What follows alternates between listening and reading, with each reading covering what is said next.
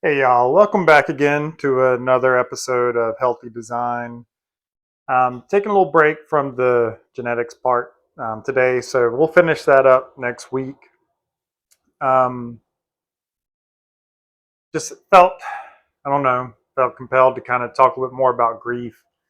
Um, December's a hard month, and so December 1st and December 2nd were hard days. Just that weight, that heaviness was there the whole time. Just no energy. Wasn't so much, so sad with tears and different things like that, but definitely sad. Just like I said, it didn't kind of come out that way. Just had no energy. I would sleep pretty good at night. Then I could take a nap when I got home from work, and then ready to go back to sleep in just a couple hours.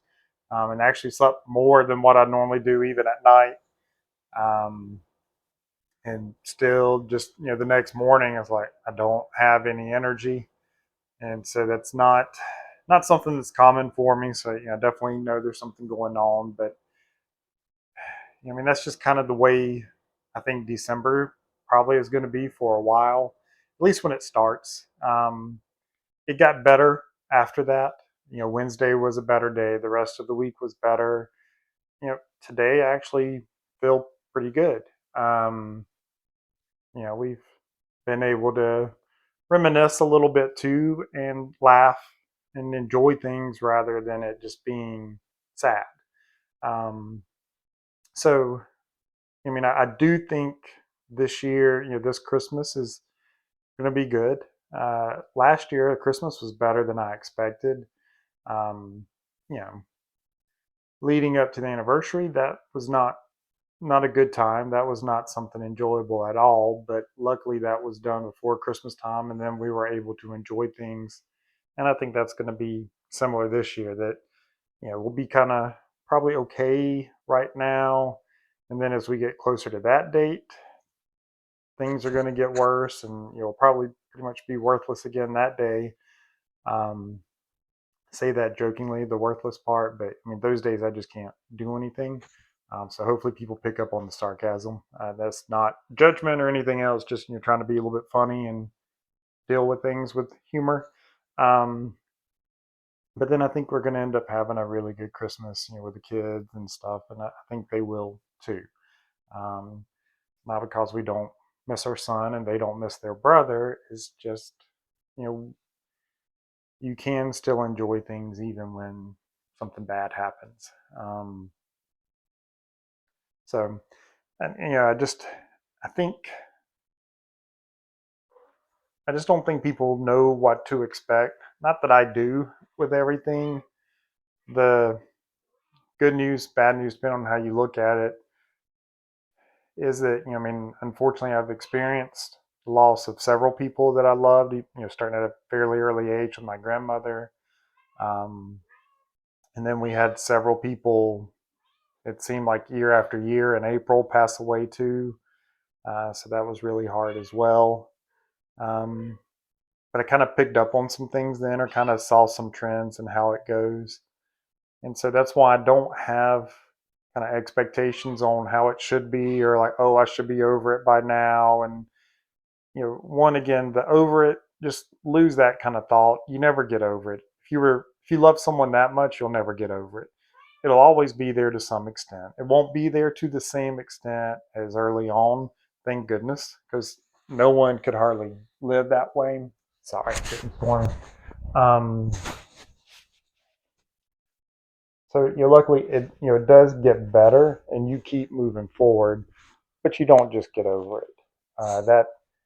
That would be doing a disservice to the person that you love and makes them seem less important, and the love not as real. Different things like that. It's just I don't know. It's not respectful, and it gets on my nerves. And so I'm trying not to go off and go on a tangent, but yeah, you'll never get over it. You should never get over it. You'll move on. You'll be fine. You'll be okay. You can be content. You can be all those things, but not over it. Yeah, like as far as kind of what to expect, I just know there's a different time frame for everybody. And so, I share what I've experienced, but I'm not saying that's how it's going to work for other people. Like for instance, I know when my dad passed away, I had a box of stuff in the garage, pretty much in the middle of the garage, that I needed to go through. But I was not in any kind of space to be able to do that. And I mean, I passed that box every single day going in and out of the garage. And I'd look at it most days and be like, not today. I would think I need to go through that. I need to take care of that, get that out of the way, but not today. Um, it took around a year before I could finally go through it. Now, other people could have gone through that box from day one and it'd been fine. There was nothing sentimental in there. It was just what it was associated with, whatever. It was too much for me and I couldn't do it at the time. And so, don't have these expectations of, oh, well, someone else did this, so I should be able to do that. No, that might have been a good thing for them, but maybe it's a bad thing for you. So, there's just not kind of standards to meet or anything like that. As we talked about before, be very gracious with yourself. I am one that tends to like to get a good bit of stuff done, and I haven't done anything all week. I've worked, but I haven't really done much around the house. I haven't exercised this week, didn't climb or anything. I just knew that was going to be pushing things too much. And, I probably would have ended up getting sick, getting hurt, something else. So just better to take time off and, I can come back, I can exercise, I can climb, the things that need to get done around the house still need to get done around the house. So, they didn't go anywhere. I'll still be able to get all that done. It doesn't matter that it wasn't done this week. So just keep some of those things in mind. And the last video I shared on this, I had some different comments, and people made, uh, people just said that like they're not sure, I guess, about talking about it. Um, and I mean, I don't think everyone needs to make videos by any means. It's not the right way to go. Um, if this was early on, in the first few months, and, I couldn't have done it. It was only when it got close to a year that I actually felt like I could do it. So keep that in mind. We're getting close to 2 years now, and today isn't a bad day. If I was filming this on December 1st or 2nd, it may be very different. Um, but I do think you need to have someone you can talk to. It's one of those things where I don't tell everybody about my son. It's not something I bring up with everybody. Plenty of times I have people ask how many children I have. Well, I have 3 kids. They're not asking, are they all alive? So I don't have to give that information. I'm not lying to them. I'm just answering what they ask. And I mean, if it's, I don't know, if it's a situation that warrants me sharing, then I'll share it. If it doesn't, then I won't. I can keep it to myself, and that's not a big deal. So, it's not one of those things that you definitely have to tell everybody what's going on in every single detail, but there at least needs to be a couple people that you can tell every single detail and tell people, because they need to be checking in on you, making sure you're doing okay, and you need to be letting them know, and that's how you do it. And that can be one of the hard things too. After you lose someone, is people tend to be there right after. Um, but if you've lost anyone, as you've seen, life keeps going forward for everybody. It keeps moving on, and then it's not long before people aren't there as much. They're not asking about how you're doing and checking in and different things as often. And you probably need it even more later on than you do early on. So that's one of the kind of sad things I think about the whole grief process, is that probably when you need it the most, need that community, that knowing that people care. Sometimes that's when you don't see it as easily as you do early on, when you're so confused and can't think straight and everything else. That yes, it's important and it means a lot, but in some ways, I think it means even more later on, once you've had time to process some things and you're still trying to deal with it, process it, and you need just someone to talk to. Um, yeah, definitely don't recommend just trying to hold feelings in. Just a matter of time before they get out in some form or another. So you're either going to blow up and hurt somebody's feelings, or it's going to end up coming out physically. So there will be some kind of sickness, illness, something's going to happen. We can't keep this stuff in. It comes out one way or another. So better to do it in a way that you have control over and make sure that it's healthy and beneficial for you and for other people. Um, but I don't know. It's just, I think I've mentioned it before. If you've lost someone, it doesn't matter who you've lost. It just, it gives you a connection to other people that have lost someone that you just don't get from something else. Even if you don't know them, you know enough about the experience to know it's not good and you can relate.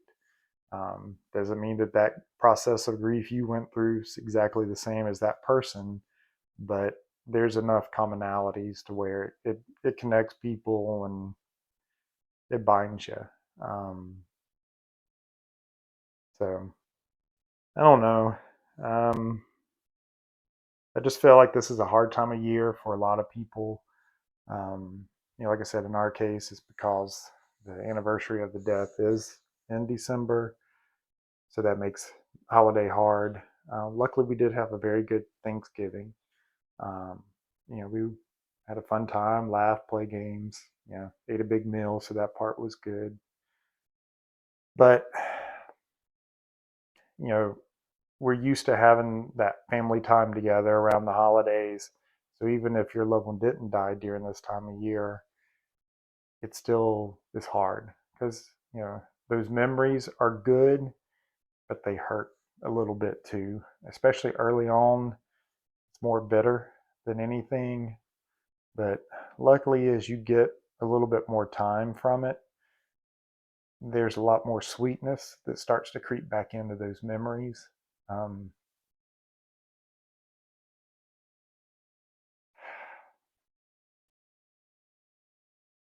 that's a good thing. It's good to remember their laugh.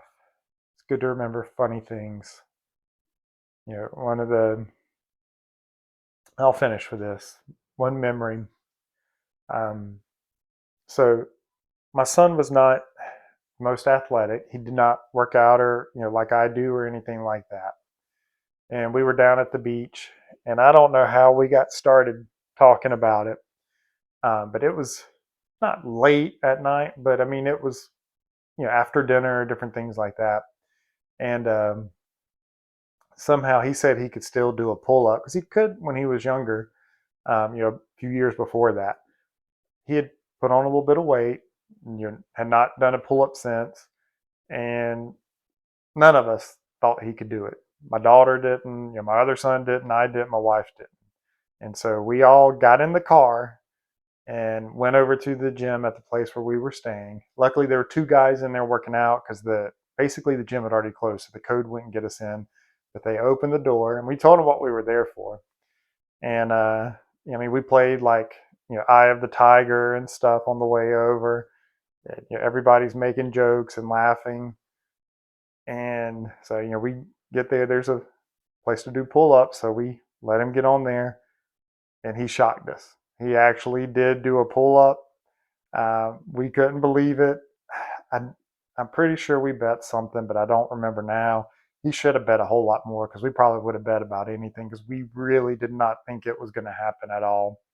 Um, but like I said, he did it, and so the two guys were impressed and everything too. And then we left, let them finish their workout and stuff. But we were all laughing, and of course he was like, "Told you," and so. But it's fun to look back on some of those memories now. And I mean, as you see, I can smile and laugh, and it's yes, there's still that bitterness because we don't get to make another memory, but at least I do have those that I can keep. So anyway, guys, I hope this was helpful. If you got questions or anything, just let me know. Thanks for watching, guys. Bye.